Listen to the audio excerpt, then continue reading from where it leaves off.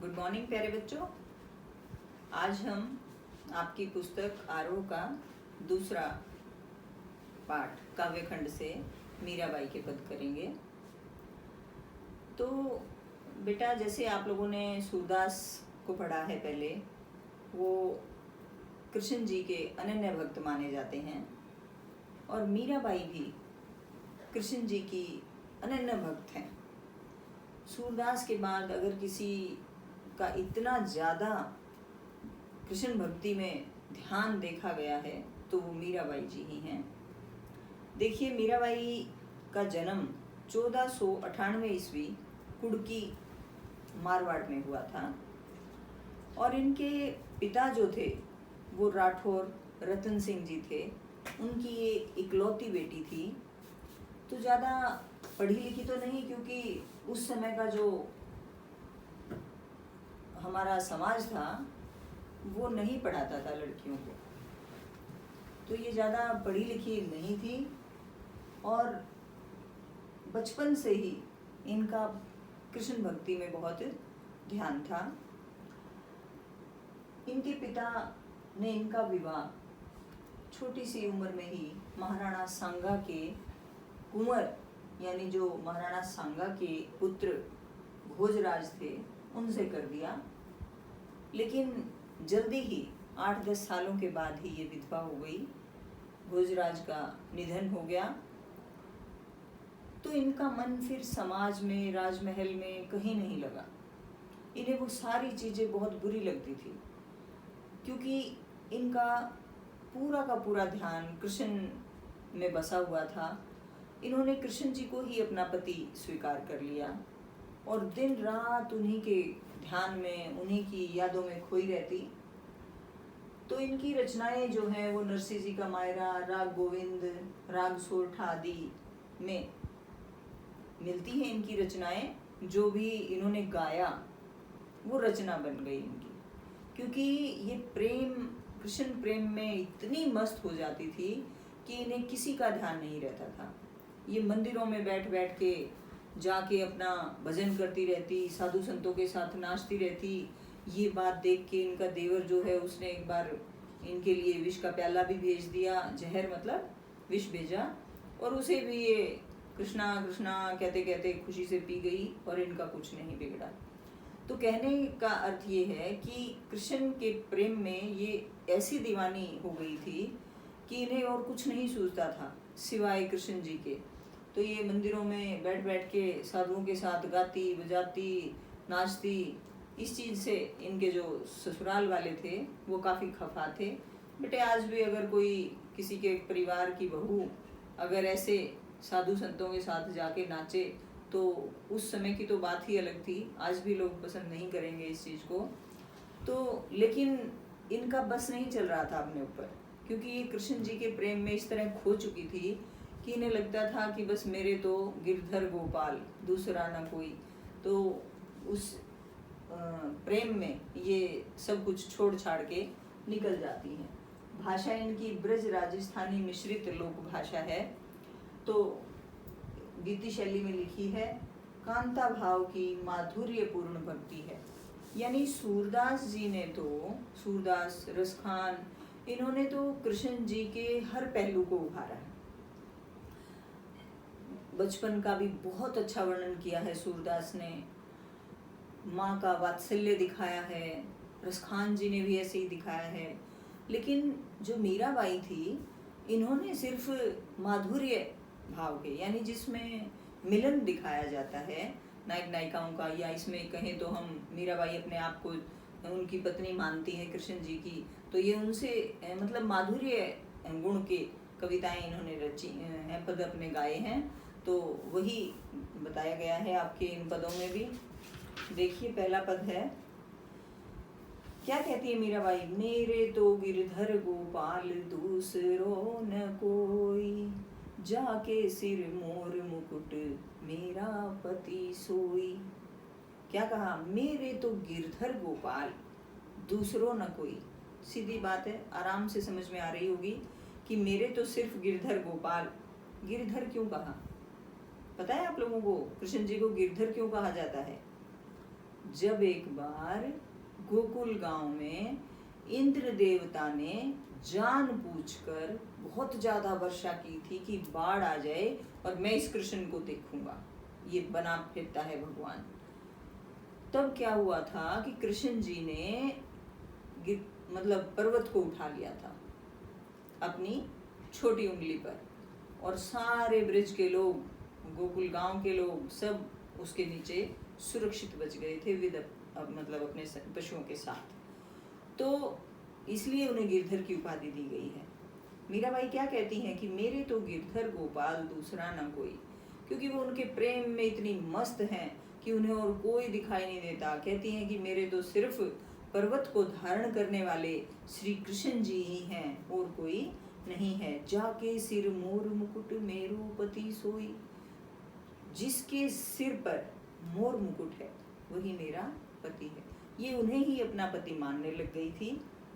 छाड़ी दई कुल की कानी, कहाँ करी है कोई, संतन डिग बैठी बैठी लोक लाज खोई। देखिए, छाड़ी दई यानी छोड़ दी, कुल की कानी, कुल मतलब परिवार, की कानी मर्यादा, लाज, इज्जत। छाड़ी दई कुल की कानी, कि इन्होंने अपने कुल की, परिवार की मर्यादा छोड़ दी। कहा करी है कोई, तो क्या कर सकता है कोई, संतन डिग बैठी बैठी, डिग मतलब साथ, संतों के साथ बैठ बैठ कर लोक लाज खोई, यानी लोक लाज खो दी। असुवन जल सींची सींची, प्रेम बेली बोई, अब तय बेली फैली गई, आनंद फल होई।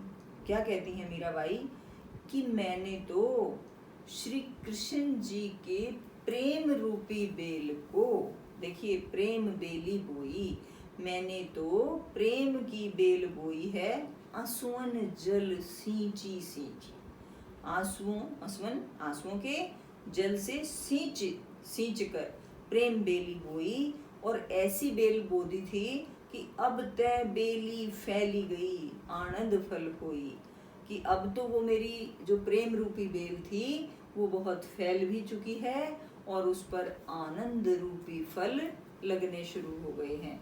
यानी बस मीराबाई को लगता है कि मेरे पति श्री कृष्ण जी हैं और मेरे साथ रहते हैं, वो मस्त रहती हैं, तो उन्हें लगता है कि मैंने जो प्रेम रूपी बेल बोई थी आंसुओं से सींच कर अब वो फैल चुकी है, और उनको अंतरात्मा में बड़ी खुशी मिलती है ये सोचकर ही कि कृष्ण जी मेरे पति हैं, मेरे साथ रहते हैं, तो आनंद प्राप्त होता है। तो कहती है आनंद रूपी फल लगने शुरू हो गए हैं। दूध की मथनियाँ बड़े प्रेम से बिलोई, दधी मथी घृत काढ़ी लियो, डारी दही छोई। मीराबाई जी कहती हैं कि जिस तरह से दूध की मथनियाँ, क्या आप लोगों ने देखा होगा, दही को मथा जाता है, मथा मतलब बिलोया जाता है, दूध को जमा दिया जाता है, उसे बिलोते हैं, और फिर क्या होता है, जो मक्खन आता है उसे हम रख लेते हैं, घी को रख लेते हैं, छोही यानी जो छाछ होती है उसे, जिसको थोड़ी होती है शहरों में तो कम होती है, लेकिन जिस समय की ये बातें हैं तो बहुत ज़्यादा होती थी, उसे डाल दिया जाता था। तो इन्होंने कहा है कि मैंने प्रेम रूपी दूध को बिलो बिलो कर भक्ति रूपी घी को निकाल लिया है, और जो फालतू की चीज़ थी वो छोड़ी दी हैं। अब छाछ स्वरूप जो एक्स्ट्रा चीज़ें थी, जो फालतू की चीज़ें थी, वो छोड़ दी हैं।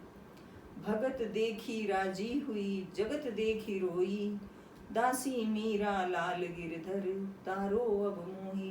क्या कहती हैं मीराबाई? कहती हैं कि भक्तों को देखकर खुश हो जाती हूँ मैं।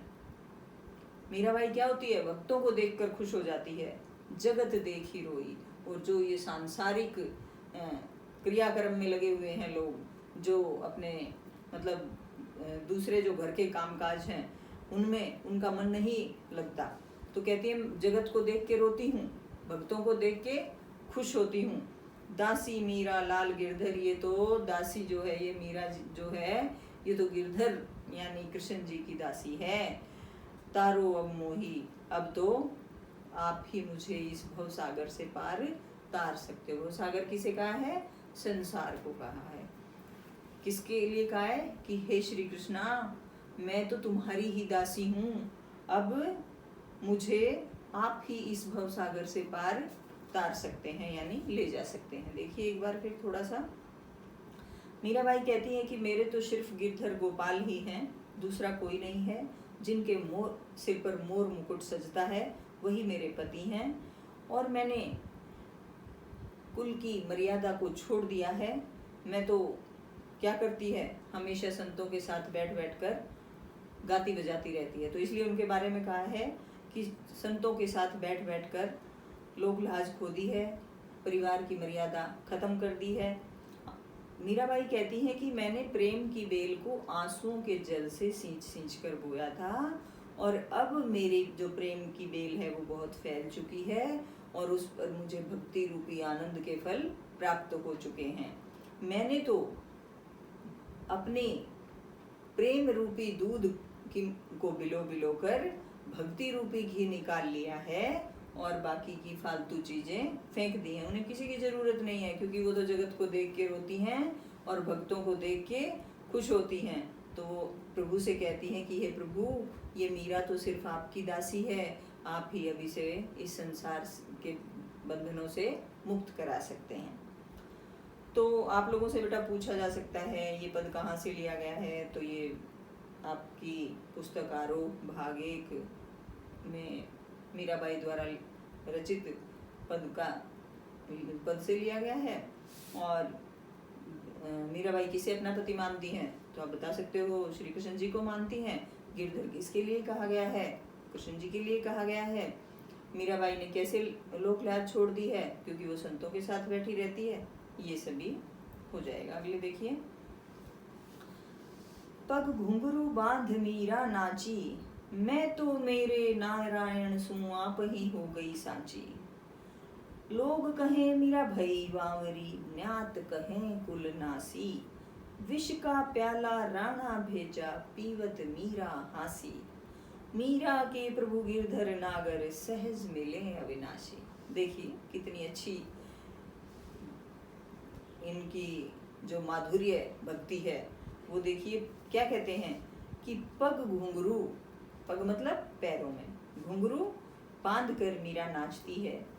किसके सामने, श्री कृष्ण जी की मूर्ति के सामने, श्री कृष्ण जी के सामने। मतलब कहते हैं पैरों में घुंघरू बांध कर मीरा नाचती है और कहती है कि मैं तो मेरे नारायण सु आप ही हो गई साची, कि अब मैं तो सच्ची हो गई हूँ, अब मुझे किसी की जरूरत नहीं है, मैं तो अपने कृष्णा की हो गई हूँ, मैं तो मेरे कृष्णा के साथ खुद ही सच्ची हो गई हूँ। लोग कहें मीरा भई बावरी, लोग क्या कहते हैं कि मीरा तो पागल हो गई है। न्यात कहें कुलनासी, न्यात कौन, जो उनके परिवार के लोग थे, ससुराल के लोग थे, उनको कह सकते हैं कि जो ससुराल के लोग हैं वो क्या कहते हैं कि ये तो कुलनाशी हो गई, यानी कुल का नाश करने वाली है। मतलब देखो बेइज्जती उन्हें फील होती है भाई, उनके घर की बहू जाकर मंदिरों में या कहीं भी संतों की टोली में बैठती है, वहीं नाचती गाती है, तो उन्हें बुरा लगता है। तो क्या कहा, मीरा को कोई फर्क नहीं पड़ता, मीरा तो भगवान में मस्त है, उन्हें लगता है कि हर समय हर क्षण कृष्ण जी मेरे साथ रहते हैं, मेरे पति हैं, मैं तो उनके साथ मिलकर सच्ची हो गई हूँ, अब मुझे किसी का कोई डर नहीं है। और लोग कहते हैं कि मीरा तो पागल हो गई है, और परिवार वाले कहते हैं कि ये कुलनाशी है, कुल का नाश करने वाली है। विष का प्याला राणा भेजा, पीवत मीरा हंसी। क्या कहा, जो उनका देवर था राणा, उसने जहर का प्याला उसके लिए भेज दिया, और मीरा हंसते हंसते उसे भी पी गई। मीरा के प्रभु गिरधर नागर, सहज मिले अविनाशी। क्या कहते हैं कि लेकिन मीरा तो मस्त है भगवान की भक्ति में, उनके प्रेम में। कहती है कि मेरे तो सिर्फ और सिर्फ प्रभु श्री कृष्ण जी ही हैं जो मुझे बहुत ही सहजता से मिल जाते हैं, और वो क्या हैं, अविनाशी हैं, जिनका कोई नाश नहीं कर सकता। यानी मतलब जो परमात्मा है वो कैसे मिलते हैं, सहजता से मिलते हैं। यही बताया गया है कि जो मस्ती वाले दीवानेपन वाली जो मीरा उनसे प्रेम करती है, तो कहा है कि वो तो ऐसे अविनाशी भगवान है, पुरुष हैं, जो सहजता से प्राप्त हो जाते हैं। मीरा उनकी भक्ति में इतनी डूब चुकी है कि उसे किसी का ख्याल नहीं है, किसी का ध्यान नहीं है, वो सिर्फ और सिर्फ कृष्ण जी कि उसमें ही डूबी रहती है प्रेम में। तो ये थे बेटे आपके मीराबाई के पद। आपसे प्रश्न जो है वो पूछ सकते हैं, मीरा कृष्ण की उपासना किस रूप में करती थी? तो आप बताएंगे पति के रूप में करती थी। वह रूप कैसा है बताइए, कैसा है वो? मोर मुकुट है उनके सिर पे, तो ये बता सकते हैं। फिर भाव सौंदर्य पूछ लेते हैं आपसे, काव्य सौंदर्य पूछ लेते हैं।